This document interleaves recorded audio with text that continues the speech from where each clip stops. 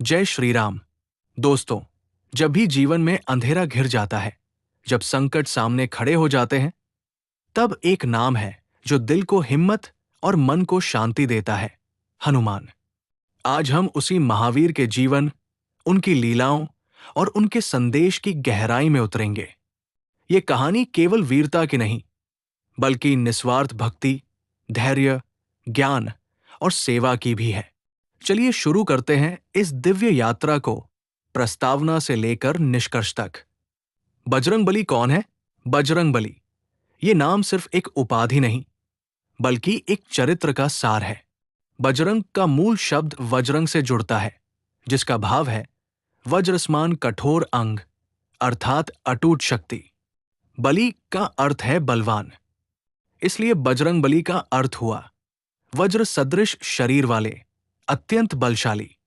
पर हनुमान केवल बल का प्रतीक नहीं, वे भक्ति, विनम्रता, बुद्धि और आत्मनियंत्रण के भी आदर्श हैं। उनकी शक्ति का मुख्य उद्देश्य धर्म की रक्षा और प्रभु की सेवा था। पौराणिक मतों में हनुमान जी को भगवान शिव का एक रुद्रावतार माना जाता है, एक ऐसे रूप में जो वानर समूह में जन्म लेकर राम कथा में अपना अमिट योगदान देता है।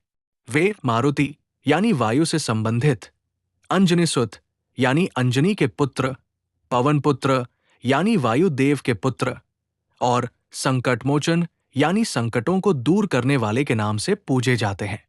रामायण में उनकी भूमिका इतनी व्यापक और निर्णायक है कि राम कथा उनके बिना अपूर्ण मानी जाती है। माता पिता अंजनी और केसरी। हनुमान जी के जातक का पारिवारिक संदर्भ सरल पर अर्थपूर्ण है। उनकी माता का नाम अंजनी था, जिनका वर्ण कई पुराणों में मिलता है। अंजनी की कथा में कहा जाता है कि वे पहले अप्सरा या दिव्य स्त्री थी, किंतु किसी कारण से उन्हें पृथ्वी पर जन्माकर तपस्या करनी पड़ी। अंजनी ने कठोर तप किया और वरदान के लिए ब्रह्मा विष्णु शिव आदि देवों की आराधना की। भगवान शिव की कृपा से और पवन देव की सहायता से उन्हें वीर रक्षक का पुत्र प्राप्त हुआ। हनुमान के पिता केसरी थे, जिनके नाम में केसरियानी सिंह से जुड़ा वीरत्व झलकता है। केसरी वानरराज थे, वानर समाज के प्रमुख। केसरी और अंजनी के संयोग से जन्म लेने वाला पुत्र जन्म से ही दिव्य शक्ति वाला था, पर वे विनम्र और निस्वार्थ भी रहे। जन्मस्थल अंजनी पर्वत, किष्किंधा। हनुमान जी का जन्मस्थल पारंपरिक कथाओं के अनुसार किष्किंधा क्षेत्र में स्थित अंजनी पर्वत को माना जाता है। ये स्थान दक्षिण भारत के कई हिस्सों में श्रद्धा का केंद्र है। कहा जाता है कि अंजनी वहां कठोर तपस्या करती रहीं और उसी तप के फलस्वरूप हनुमान का जन्म हुआ।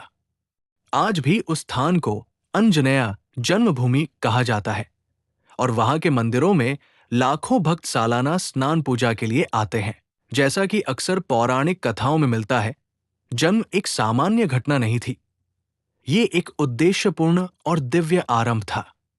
हनुमान का जन्म काल और स्थान उस मिशन से जुड़ा था जो उन्हें भविष्य में करना था, राम भक्ति सेवा और धर्म की रक्षा। इसलिए उनका जन्मभूमि भी भक्तों के लिए पवित्र है। पवन पुत्र, पवन देव की भूमिका और अर्थ। हनुमान जी को पवन पुत्र कहा जाना मात्र एक उपाधि नहीं, इसके पीछे गहरी पौराणिक और आध्यात्मिक वजहें हैं।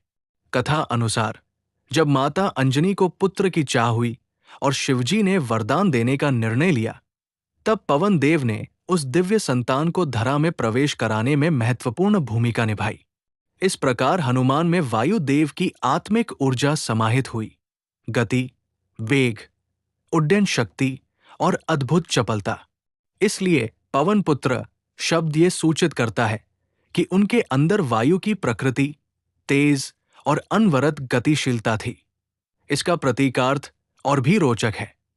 वायु की तरह न तो हनुमान को कोई सीमा बांध सकती है और न ही वायु की तरह उनका अस्तित्व दृश्यमान दमन से बंधा रहता है।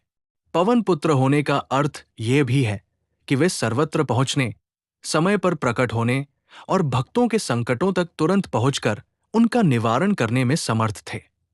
यही कारण है कि समुद्र लांघना, पहाड़ उठाना और विभिन्न स्थानों पर तीव्र गति से कार्य करना उनके लिए सहज था। वे वायु की दीक्षित क्षमताओं के वाहक थे।